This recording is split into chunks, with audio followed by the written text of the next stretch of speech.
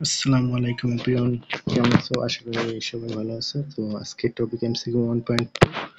আমি প্রত্যেক দিনেই একটা করে এমসিকিউ তোমার সলভ করার চেষ্টা করি। তো এই সম্পর্কিত এমসিকিউ এবং এই সম্পর্কিত টপিক। তো বই হচ্ছে হাজারী ও নাকসারের বই। আর আজকের topic MCQ 1.2 and it's Abdul Had Bepari from Barishal engineering college, faculty of engineering and technology, university of Dhaka. And today we discuss about MCQ 1.2. So let's start. So চলো আমরা দেখি যে এমসিকিউ 1.2 কে সলভ করা যায় কিনা। তো এমসিকিউ 1.2 কি বলছে তোমাদের? পলপঙ্গি ব্যালেন্স 5 মিলিগ্রাম রাইডের ব্যবহৃত হলে রাইডের ধ্রুবক কত হবে? তো রাইডের 5 মিলিগ্রাম ব্যবহৃত হলে রাইডের ধ্রুবক কত হবে, এটা চলো দেখা যাক।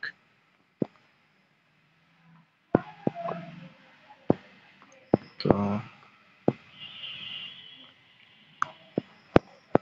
চলো এমসিকিউ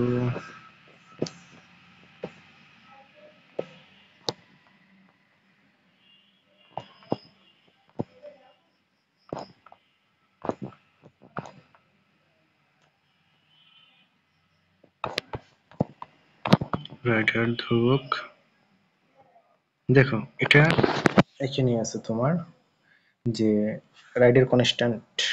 এখানে তোমার এক নম্বর 5 মিলিগ্রাম রাইডের ব্যবহার কর, তখন রাইডের ধ্রুবক হয় তোমার। দেখো এই বিষয়টা বোঝার চেষ্টা করো, রাইডের অ্যান্ড রাইডের কনস্ট্যান্ট। সো পলপঙ্গি ব্যালেন্সে 1 গ্রামের চতুর্থ দশমিক স্থান পর্যন্ত। তো এই যে পলপঙ্গি ব্যালেন্স, এটা যদি আগেই ব্যবহার করা হতো, আমরা এখন ডিজিটাল ব্যালেন্স ব্যবহার করি, এর কার্যকারিতা একদম নেই বললেই চলে। তো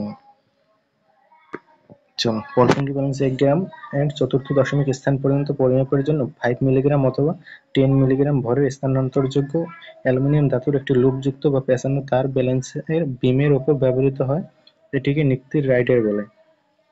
তো পলপঙ্গি ব্যালেন্সে তোমার 1 গ্রামের চতুর্থ দশমিক স্থান পর্যন্ত পরিমাপের জন্য, ঠিক আছে, চতুর্থ দশমিক 0.0001 0.0001 স্থান পর্যন্ত পরিমাপের জন্য 5 মিলিগ্রাম অথবা 10 মিলিগ্রাম ভরের স্থানান্তরযোগ্য অ্যালুমিনিয়াম ধাতুর একটি লুপ যুক্ত বা পেঁচানো তারের ব্যালেন্স বিমের উপর ব্যবহৃত হয়, এটিকে নিক্তির রাইডার বলে।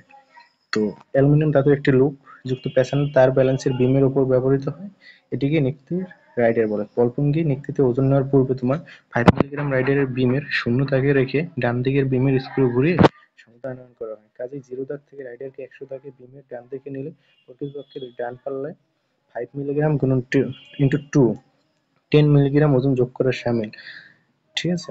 তো যেটা হবে ওইটার সাথে 2 গুণ।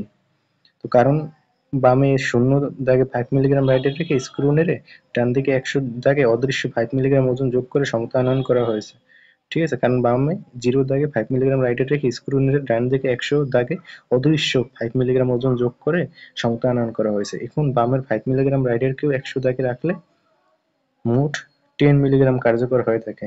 সুতরাং তো এখন বামের 5 মিলিগ্রাম রাইডারকেও 100 দাগে রাখলে মোট 10 মিলিগ্রাম কার্যকর হয়ে থাকে। তো সুতরাং 100 ভাগ দৈর্ঘ্যের বিম বা তুলদণ্ডটি 10 মিলিগ্রাম ওজনের রাইডারের সচল কার্যক্ষেত্র। তো তোমার করা হয় কি, একটা অদৃশ্য একটা ভর ধরা হয়, ওটা হলো আরেকটা 5 মিলিগ্রাম। তো আর কি তোমার এটা দ্বিগুণ করা হয়। তো দেখো রাইডের ধ্রুবক কি, রাইডের কনস্ট্যান্ট। হোয়াট ইজ রাইডের কনস্ট্যান্ট? রাসায়নিক নিত্যের বিমের দৈর্ঘ্যের উপর প্রতি শতাংশে ব্যবহৃত রাইডের ওজনের পার্থক্যকে রাইডের ধ্রুবক বলে। রাসায়নিক নিত্যে বিমের দৈর্ঘ্যের উপর প্রতি শতাংশে যে ব্যবহৃত রাইডের ওজনের পার্থক্য, প্রতি শতাংশে ব্যবহৃত রাইডের ওজনের যে পার্থক্য, এটাকেই হলো তোমার রাইডের কনস্ট্যান্ট, ঠিক আছে। তো এখন যদি 5 মিলিগ্রাম ব্যবহার করা হয়, তো তোমার 2 দিয়ে গুণ করবে। আর যেহেতু ভাগ থাকে, 100টা দাগ কাটা থাকে, 100 দিয়ে তারপর ভাগ করে দেবা। তো 5 মিলিগ্রাম রাইডের ব্যবহার করলে তখন রাইডের ধ্রুবক হবে কত তোমার? 5 মিলিগ্রাম গুণন 2 বাই 100 মানে 0.1 মিলিগ্রাম, তাহলে 0.0001 গ্রাম। যদি 10 মিলিগ্রাম রাইডের ব্যবহার করা হতো তাহলে 10 গুণ 2, আর দাগ তো তোমার 100ই কাটা থাকবে। তো 10 গুণ 2 ভাগ 100, 0.2 মিলিগ্রাম। এটাকে যখন গ্রামে কনভার্ট করবে 1000 থেকে ভাগ, তাহলে তোমার হবে 0.002 গ্রাম, ঠিক আছে। তো তাহলে আমরা পেয়ে গেলাম উত্তর। তো এবার চলো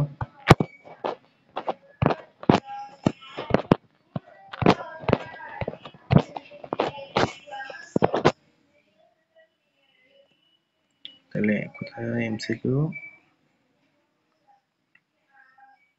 পলপঙ্গি ব্যালেন্সে 5 মিলিগ্রাম রাইটের ব্যবহৃত হলে রাইটের দুর্ভোগ কত হয়? তাহলে তোমার 0.001 গ্রাম। ঘ, উত্তর ঘ। এবার মিলিয়ে দেখি উত্তর ঠিক আছে কিনা। এমসিকিউ 1.2।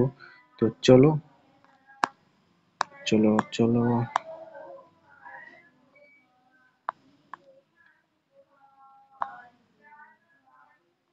চলো দেখি ঠিক আছে কিনা আমাদের উত্তর। ঘ ঠিক আছে, এই যে ঘ, তোমার এই ঘ এমসিকিউ উত্তর মানে ঘ। তো ঠিক আছে, এবার কোথায় গেল এমসিকিউ 1.2। তাহলে উত্তর ঘ, 0.001। কিভাবে হলো? তোমার 5 মিলিগ্রাম গুণন 2 আর ভাগ 100, তাহলে হয় তাহলে হবে 0.1 মিলিগ্রাম। সেখান থেকে গ্রামে নিলে তোমার 0.0001 গ্রাম। ঠিক আছে, 1000 দ্বারা ভাগ, গ্রামে নিলে মিলিগ্রাম থেকে। তো এই গেল। তো এই সম্পর্কিত কিছু পড়া, এখানে কিছু পড়াও আছে, তো আমরা সেটাও শেষ করে নিই, যেহেতু 1.2 এর মাঝে ব্যাপক পরিমাণে পড়া আছে। তো দেখো, এই যে মোলারিটি একটা হলো মোলারিটি, একটা মোলালিটি, একটা নর্মালিটি। ঠিক আছে, তো এটা সিভিল ইঞ্জিনিয়ারিং, আমি যেহেতু and I am studying in civil engineering, so I am studying in BSc in civil engineering, so we need molarity and normality. আমাদের ফার্স্ট সেমিস্টারে পড়ানো হয় লিটি, নর্মালিটি সম্পর্কিত। ঠিক আছে, তো মোলারিটি কাকে বলে? তো দেখো, নির্দিষ্ট তাপমাত্রা যে কোনো কক্ষ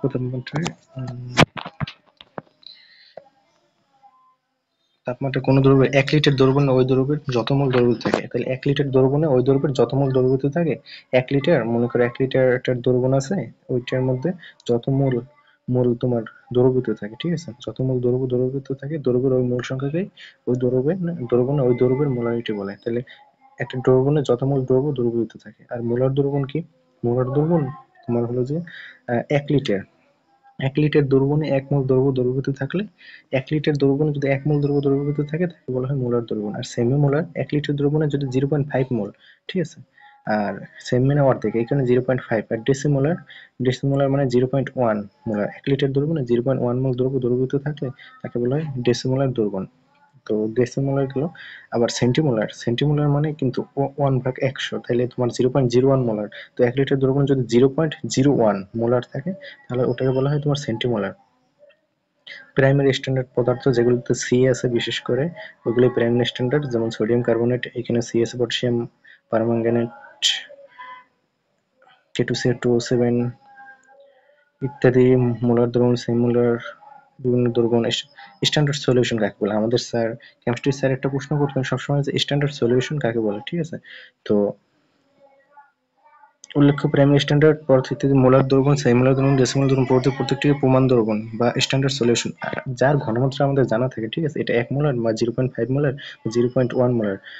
The substance whose concentration is known by us, it is called the standard solution. ঠিক আছে, তো যার ঘনমাত্রা কনসেন্ট্রেশন আমাদের জানা থাকে, the substance of known concentration is called standard solution. তো প্রতি লিটার দ্রবণে মোলারিটি তাপমাত্রার উপর নির্ভরশীল। তাহলে মোলারিটি তাপমাত্রার উপর নির্ভরশীল। ঠিক আছে, মোলারিটি তোমার তাপমাত্রার উপর নির্ভরশীল, ভালো করে খেয়াল রাখবে। আর কি আছে তোমাদের,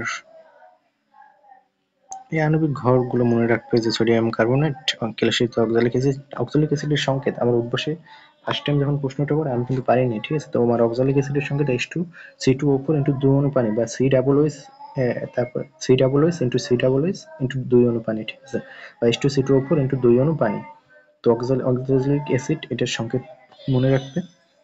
তো এবার ক্লাসিত sodium oxalate, sodium N2C2O4 into 2 অণু পানি, পটাশিয়াম ডাইক্রোমেট K2CO2O7, তারপরে caustic soda, sodium hydroxide, hydrochloric acid জানি, sulphuric acid, potassium permanganate, potassium permanganate KMnO4 আর পটাশিয়াম ডাইক্রোমেট K2Cr2O7, এটা কিন্তু ভুলেই ফেলবে না। পটাশিয়াম ডাইক্রোমেট K2Cr2O7 আর potassium permanganate KMnO4, sodium thiosulphate Na2H2O3 5 পানি। সোডিয়াম হাইড্রোক্সাইডকে সেকেন্ডারি স্ট্যান্ডার্ড পদার্থ কেন বলা হয়?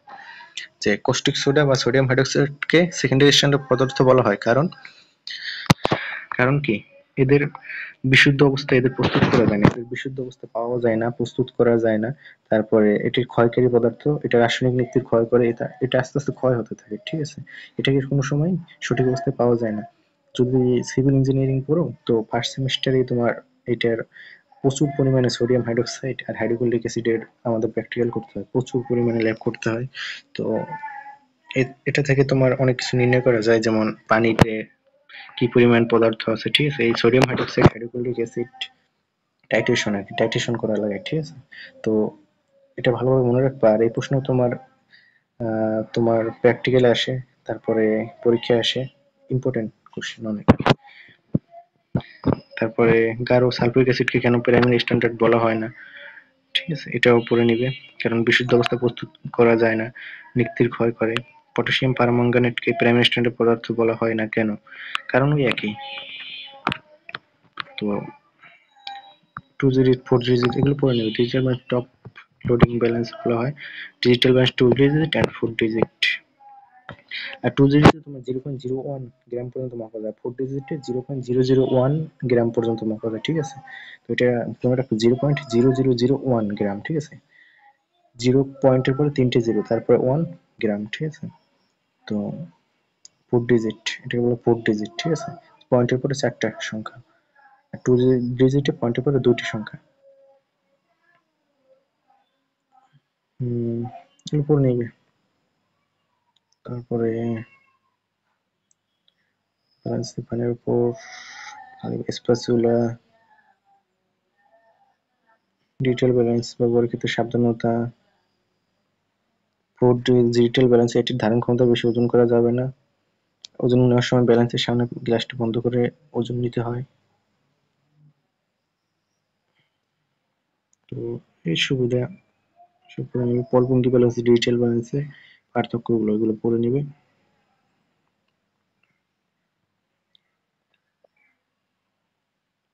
পলপঙ্কি ব্যালেন্স ছিল তোমার প্রাচীন, আর ডিজিটাল ব্যালেন্স হচ্ছে নতুন।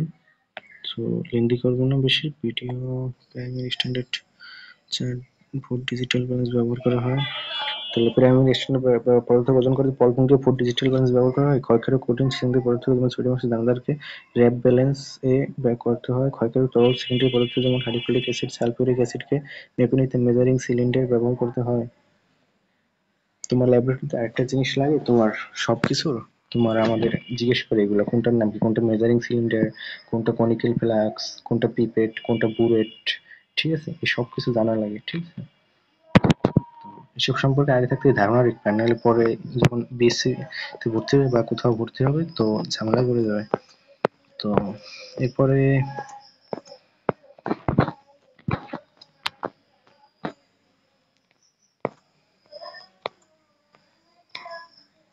আর কি আছে, রাসায়নিক প্রক্রিয়া মূলত দুই প্রধান শ্রেণীতে বিভক্ত, একটা কোয়ালিটেটিভ আর কোয়ান্টিটেটিভ। আমার স্যার ভাইবে যে প্রশ্নটা করছেন কেমিস্ট্রি টিচার আমাকে, এটা কোয়ালিটেটিভ। অনেকেই এই প্রশ্নটা করে তোমার ভাইবে, তোমার যখন ইঞ্জিনিয়ারিং পড়তে যাবা, কোয়ালিটেটিভ আর কোয়ান্টিটেটিভ এখনো দরকার। কোয়ালিটেটিভ আর কোয়ান্টিটেটিভ কি, কোয়ান্টিটেটিভ মানে পরিমাণগত, যেটা তোমার তোমার পরিমাণ হিসাব করা হয়, ঠিক আছে। তোমার যে কোনো একটা কিছুর পরিমাণ নিয়ে আলোচনা করা হয়। আর কোয়ালিটেটিভ মানে এটা কি, যেমন এটা জৈব না অজৈব, তোমার কোয়ালিটিটা কি, এটা এটা তোমার আলোচনা করা হয়। কোয়ান্টিটি মানে ওটা পরিমাণ, পরিমাণ নিয়ে কাজ করা হয় কোয়ান্টিটিতে। তো এখন বাংলা মাত্রিক, মাত্রিক মানে কি কোয়ান্টিটেটিভ। আচ্ছা যাই হোক, কোয়ান্টিটেটিভকে আবার দুই শ্রেণীতে, গ্রাভিওমেট্রিক আর ভলিওমেট্রিক। মানে পরিমাণ নির্ণয় কোয়ান্টিটেটিভ এক কথায়। তারপরে অম্লক্ষার টাইট্রেশন, রাসায়নিক বিশ্লেষণ। তো আর সামনে আর বাড়াবো না, তো এই পর্যন্তই। তো আশা করি তুমি সবাই ভালো থেকো, আর কখনো হতাশ হবে না। মুসলিম কখনো হতাশ হয় না, 5 ওয়াক্ত নামাজ পড়বে। আর ঢাকা বিশ্ববিদ্যালয় প্রযুক্তি ইউনিটে যদি চান্স পাও তাহলে তো অবশ্যই দেখা হবে, কথা হবে। আর পড়াশোনা মূলত তোমার শুরু থাকতেই তোমার তোমার যত পড়া আছে তোমার ইন্টারমিডিয়েটের শুরু থাকতে তোমার বুয়েটের পড়া বা যেরকম ঢাবির এডমিশনের পর আগে থাকতেই সব পড়ে নেবে, একটা কোচিং এ ভর্তি হয়ে যাবে। কোচিং এ তোমার ক্লাস করো আর না করো, তোমার পরীক্ষাগুলো নিয়মিত দেবে, এক্সামগুলো দিলে তোমার অনেক লাভ হবে। আর পড়াশোনায় তোমার ম্যাথ গুলো না দেখে প্র্যাকটিস করবে, ম্যাথ কখনোই দেখে প্র্যাকটিস করবে না, না দেখে প্র্যাকটিস করবে। আর যে প্রশ্নগুলো মুখস্থ করার ওইগুলো মুখস্থ করে ফেলবে, বেশি বেশি বই পড়বে, বই পড়বে, নোট কম উদ্বোস থেকে যেসব বই দেয় বা বিভিন্ন কোম্পানি রেটিং এগুলো যেখান থেকে বিভিন্ন বই দেয় ওইসব কম পড়ার চেষ্টা করবে। মেইন বইটা বেশি করে পড়ার চেষ্টা করবে। আর প্রশ্ন অ্যানালাইসিস করবে, প্রশ্ন অ্যানালাইসিস করে পড়বে, তাহলে তুমি দেখবে যে সফল হবে। আর টাইম টেবিল ফলো করবে, সো যেভাবে ভালো হয় আর কি। অনেকে টাইম টেবিল ছাড়াও ভালো করে। So best of luck.